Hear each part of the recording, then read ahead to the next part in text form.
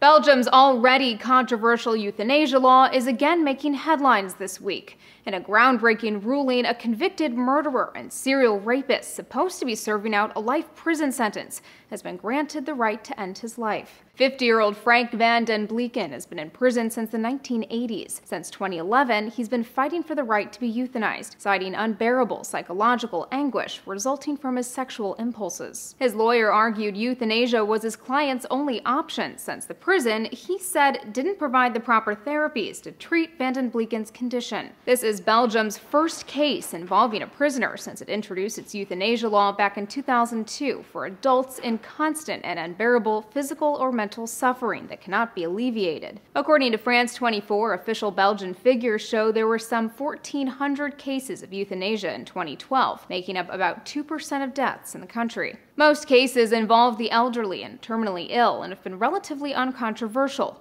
but there have been some notable exceptions when patients have filed a request based on unbearable psychological conditions. In 2013, a transsexual Belgian was granted the right to die after several failed gender reassignment surgeries. That same year, identical twin brothers who were both deaf chose euthanasia after learning they had a genetic disorder that was making them blind. Belgium attracted international attention in March when it extended the right to die to terminally ill children without any age limit. Under the law, parents must sign off on the child's decision to end his or her life. Critics question whether children were capable of making such an irreversible decision. Euthanasia is illegal in most countries, but permitted in the Netherlands, Belgium, and Luxembourg.